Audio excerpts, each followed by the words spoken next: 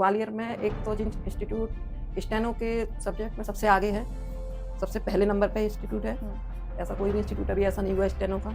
Dictation के बारे में ऐसा होता है कि बच्चों को हम सजेस्ट करते हैं कि जब बच्चा डिक्टेशन लिखे तो कई सारे वर्ड ऐसे होते हैं जो उसके समझ में नहीं आते या फिर उसको बनाने में प्रॉब्लम होती है, तो हम सजेस्ट करते हैं कि जो उसको नहीं आ रहा है वो वर्डों को वहीं छोड़ के आगे बढ़ जाए।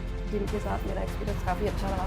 जब से जिनकी शुरुआत हुई तब से ही मैं मतलब यहाँ से जुड़ी हुई हूँ। मैंने अपना कैरियर ही यहाँ से शुरू किया है। काफ़ी अच्छा एक्सपीरियंस था और जो बच्चे यहाँ से पढ़ के जाते हैं वो जिंट का मतलब अच्छा ही वो करते हैं कि जिंट काफ़ी अच्छा इंस्टीट्यूट है। सबसे अच्छा जो हमारे डायरेक्टर सर हैं उनका भी काफ़ी नेचर बच्चों के प्रति बहुत अच्छा रहता है। जो बच्चे मतलब करना चाहते हैं और उनके पास थोड़ी फाइनेंशियल प्रॉब्लम होती है, सर उनका ही बहुत सपोर्ट करते हैं। किसी का क्या है, यहाँ का एक तो माहौल सबसे ज़्यादा अलग है। बाकी जो इंस्टीट्यूट हैं काफ़ी भीड़ भाड़ जो भी है और दिखावा मतलब ज़्यादा है। जैसे प्रोजेक्टर वगैरह चल रहे हैं, उन पर पढ़ाई हो रही है, टीचर का तो ज़्यादा योगदान ही नहीं रहता। लेकिन यहाँ जो कोर्सेज हैं वो टीचर खुद से पढ़ा रहे हैं स्टूडेंटों को। मतलब ऐसा नहीं कि क्लास में प्रोजेक्टर चल रहा है और उस पर ही बच्चे समझ रहे हैं। मैंने काफ़ी बड़े-बड़े इंस्टीट्यूट में देखा है ऐसा, लेकिन यहाँ पे ऐसा नहीं है। यहाँ पे जो भी बच्चों को दिया जाता है वो बिल्कुल टीचर अपनी मेहनत से देते हैं। बच्चों से कहना चाहूँगी कि जिन्हें भी एडमिशन लेना है स्टेनो में वो इधर-उधर ना जाकर जिन इंस्टीट्यूट में ही मतलब एडमिशन लें और यहाँ से जो भी वो ले सकते हैं, लेना चाहें जैसे लें। बाकी तो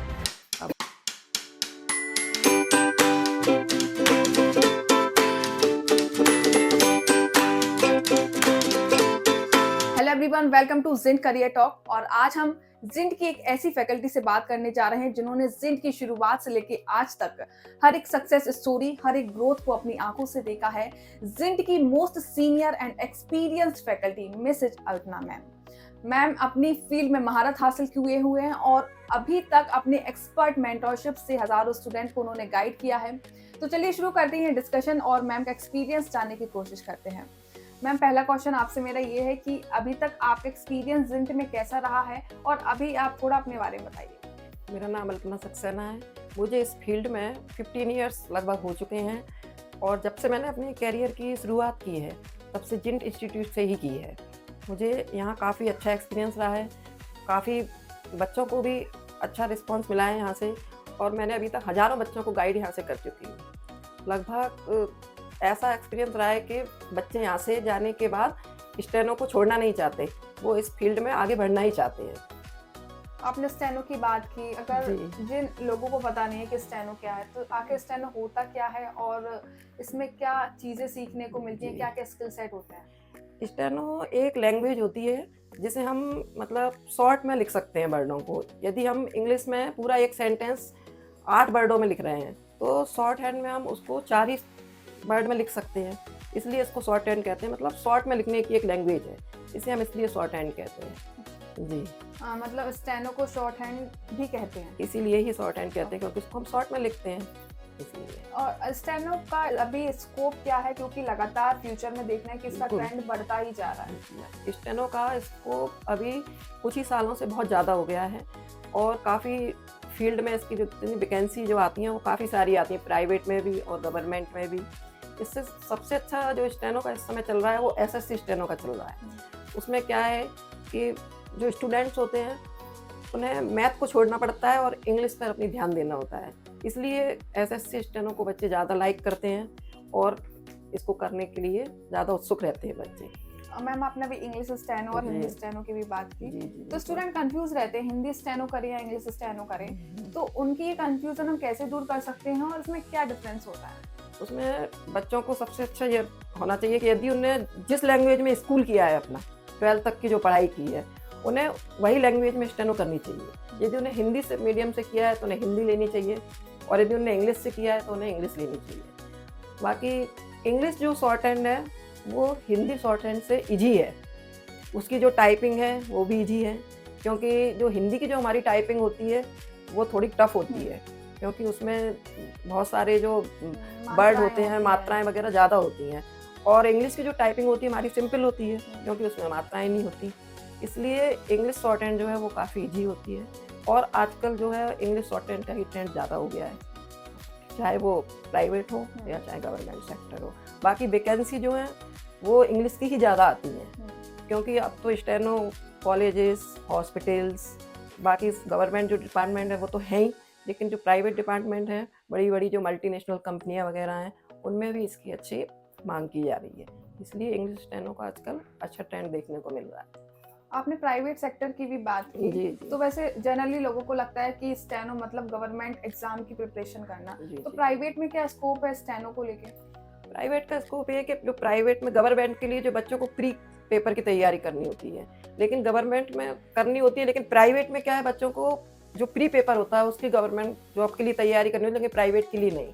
प्राइवेट में सिर्फ उन्हें एक स्टेनो का स्किल टेस्ट देना होता है, यदि वो स्किल टेस्ट में निकल जाते हैं तो उनकी प्राइवेट, इसलिए प्राइवेट जॉब आसान है, लेकिन जो फ्यूचर सेफ है वो तो गवर्नमेंट में ही है, लेकिन उसकी प्रिपरेशन थोड़ी टफ है। ठीक है मैम, ऐसे जो बच्चा स्टेनो सीख रहा है, जो जी। स्टूडेंट स्टेनो सीखना चाहता है, तो उसको कंफ्यूजन रहती है कि वो सीख पाएगा कि नहीं सीख पाएगा, क्योंकि स्टेनो थोड़ा डिफिकल्ट है। कहते हैं स्टेनो हाँ। केवल एक स्किल नहीं है, एक अलग भाषा है स्टेनो। तो अब उसकी ये कंफ्यूजन आप कैसे दूर करते हैं, क्योंकि आपके पास कोई स्टूडेंट आता है एज अ बिगिनर, तो आप उसको कैसे गाइड करते हैं जिंक में? जब भी कोई नया स्टूडेंट आता है तो उसको नहीं पता होता कि शॉर्ट हैंड आखिर होता क्या है, वो तो सिर्फ शॉर्ट हैंड सोच के आता है कि एक लैंग्वेज है, वास्तव में वो एक लैंग्वेज है। लेकिन बच्चा जो डरा हुआ आता है, लेकिन उसमें डरने की कोई बात नहीं, बच्चे को ऐसा सजेस्ट करते हैं जिससे वो बिल्कुल ना डरे। आम सब्जेक्ट की तरह ही हम उसको पढ़ सकते हैं, लिख सकते हैं, सब कुछ कर सकते हैं। बस थोड़ा सा बच्चे को अपना ध्यान जो होता है, मतलब पूरा सब कुछ स्टेनो के ऊपर ही रखना होता है, सारे सब्जेक्ट को छोड़कर। बच्चा क्या है, जो कंपटीशन की तैयारी करता है वो कई सारी मतलब जॉब के लिए तैयारी करता है, लेकिन स्टेनो करने वाले बच्चे को क्या है कि सिर्फ स्टेनो पर ही ध्यान देना होता है, तो बिल्कुल भी टफ नहीं है, बहुत ही अच्छा सब्जेक्ट है। और जब बच्चे को 1-2 दिन में ही बच्चे को यहाँ पे मतलब ऐसा एक्सपीरियंस मिलता है कि वो इंटरेस्टेड होने लगता है पढ़ने के लिए, उसको लगता है कि हाँ स्टेनो एक बहुत अच्छा सब्जेक्ट है और मुझे अपना कैरियर जो है वो स्टेनो में ही बनाना है। आपको काफी टाइम हो गया है, जी जी। आई थिंक आपको 15 से 16 ईयर जी। एक्सपीरियंस ही है आपको जी। स्टेनो में। तो अब जो स्टूडेंट्स को ज़्यादा डिफिकल्टी किन चीज़ों में आती है, मतलब जब वो कोर्स परस्यू करते जी। हैं और लर्निंग्स लेते हैं, तो क्या चीज़ों उनमें ज़्यादा डिफिकल्टी आती है? बच्चों को डिफ़िकल्टी थोड़ा स्पीड में आती है, उनको स्पीड बनाने में थोड़ा टाइम लगता है, क्योंकि उनके लिए तो एक न्यू सब्जेक्ट होता है, वो तो अभी तक उन्होंने कभी पढ़ा नहीं होता। लेकिन जो बच्चों की टाइपिंग थोड़ा अच्छी होती है, उनको बिल्कुल भी मतलब डिफ़िकल्टी नहीं आती। इसलिए मेरा कहना है कि जो बच्चे स्टेनो करने आते हैं, उन्हें अपनी टाइपिंग पर भी मतलब ज़्यादा ध्यान देना चाहिए। स्टेनो के बिना टाइपिंग अधूरी है और टाइपिंग के बिना स्टेनो अधूरी है। तो इसलिए मतलब आप पहले सजेस्ट क्या करेंगे, मतलब टाइपिंग पे फोकस करें या फिर नहीं, दोनों साथ में दोनों करना चाहिए, क्योंकि एक को अकेले करने से तो स्टेनो का आगे कोई फ्यूचर है ही नहीं है। यदि हमें स्टेनो आती है और टाइपिंग में हमें जीरो है, तो हमारा कोई मतलब फायदा नहीं है स्टेनो करने का। इसलिए हमें दोनों पर ही बराबर फोकस करना चाहिए साथ साथ। यदि हम स्टेनो सीख रहे हैं तो हमें उसी दिन से ही टाइपिंग को भी स्टार्ट करना चाहिए, तभी हमारा आगे फ्यूचर सेफ। तभी मतलब दोनों को दोनों को साथ में लेके चलेंगे, तभी मतलब हम स्टेनो में कुछ कर सकते हैं। मैम आपने काफ़ी लंबा समय दिया है जिंक को, तो आपसे अच्छा जिंक के बारे में कौन जान सकता है और कौन बता सकता है? आप जिंक के बारे में मतलब आपके ओपिनियंस क्या हैं और क्या एक्सपीरियंस रहा है आपका जिंक में? जिंक के साथ मेरा एक्सपीरियंस काफ़ी अच्छा रहा। जब से जिंक की शुरुआत हुई तब से ही मैं मतलब यहाँ से जुड़ी हुई हूँ, मैंने अपना कैरियर ही यहाँ से शुरू किया है और काफ़ी अच्छा एक्सपीरियंस रहा। और जो बच्चे यहाँ से पढ़ के जाते हैं वो जिंक का मतलब अच्छा ही वो करते हैं कि जिंक काफ़ी अच्छा इंस्टीट्यूट है। सबसे अच्छा जो हमारे डायरेक्टर सर हैं, उनका भी काफ़ी नेचर बच्चों के प्रति बहुत अच्छा रहता है। जो बच्चे मतलब करना चाहते हैं और उनके पास थोड़ी फाइनेंशियल प्रॉब्लम होती है, सर उनका भी बहुत सपोर्ट करते हैं। किसी बच्चों को टाइम कम पड़ जाता है, एक मतलब सीमित समय में कोर्स है, जैसे स्टेनो का 8 मंथ का है, किसी का 10th मंथ का है। यदि बच्चे का कोर्स किसी कारण से नहीं हो पाता है पूरा, तो सर उसमें भी पूरा सपोर्ट करते हैं, बच्चे को एक्स्ट्रा टाइम भी देते हैं। इस तरह से मेरा एक्सपीरियंस काफ़ी अच्छा रहा। मेरा यहाँ से कभी और कहीं जाने का मन ही नहीं हुआ, आपको सही बताएं तो जिंक का एक्सपीरियंस काफ़ी अच्छा रहा। जिंक काफ़ी आगे तक बढ़े, काफ़ी ऊंचाइयों को छुए, मेरी जिंक के साथ शुभकामनाएं हैं। मैम जिंक कैसे दूसरे इंस्टीट्यूट से अलग है, क्या कुछ यहाँ पॉजिटिवनेस देखने को मिलती है? यहाँ क्या है, यहाँ का एक तो माहौल सबसे ज़्यादा अलग है।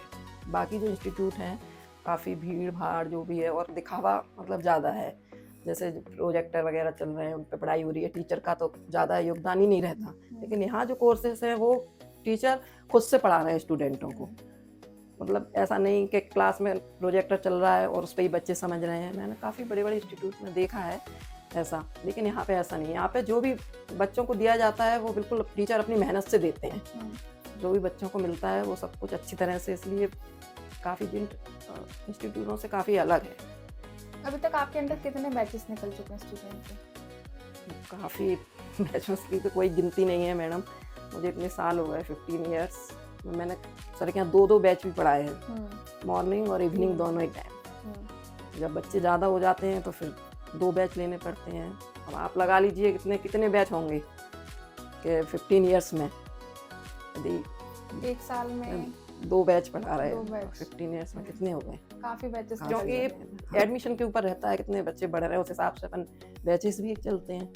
मतलब आपने काफी स्टूडेंट्स को अभी तक काफी। गाइड कर दिया है। बिल्कुल मैम। अब कोर्स कंप्लीट करने के बाद अगर स्टूडेंट के मन में कुछ डाउट आता है कि मैम से ये पूछना है, ये चीज़ समझ नहीं आ रही, तो कभी ऐसे आपके पास कॉल्स आते हैं? हाँ, कई बच्चों के आ जाते हैं। बाकी तो जो बच्चे यहाँ से पढ़ के जाते हैं उन्हें हम इतना मतलब परफेक्ट कर देते हैं कि उन्हें पूछने की ज़रूरत नहीं पड़ती। वो बिल्कुल कॉम्पिटिशन के लिए ही तैयार होके जाते हैं यहाँ से। 10 महीने में जो बच्चों का जो कोर्स होता है वो इतना हो जाता है कि उन्हें मतलब वो कॉम्पिटिशन का एग्ज़ाम दे सकते हैं। बाकी एक्सवाइज कभी एक आध कोई बच्चा ऐसा होता है जिसकी नहीं समझ में आता है तो बच्चे पूछ लेते हैं। बाकी ऐसे कुछ पूछने के लिए रह नहीं जाता। इतना अच्छा मतलब उन्हें एक्सपीरियंस देते इतना हैं। अच्छा आप लोग गाइड कर काफी। देते हो कि हाँ, कोई डाउट रहता कोई नहीं डाउट है। रहता और नहीं। रहता भी है तो टीचर्स हाँ, हमेशा अवेलेबल हमेशा अवेलेबल है। कभी भी बच्चा आके पूछ हाँ। सकता है। मैम अगर मैं बात करूँ कि जिंट में ये एक्स्ट्रा करिकुलर एक्टिविटीज भी होती रहती हैं, पढ़ाई को छोड़ के, बैचेस को छोड़ के लगातार कुछ ना कुछ होता रहता है, कॉम्पिटिशन्स होते रहते हैं, तो उनके बारे में आप क्या सोचते हैं? एक अच्छी मतलब पहल है कि बच्चों का क्या है, पढ़ाई करते करते भी बच्चा बोर होने लगता है।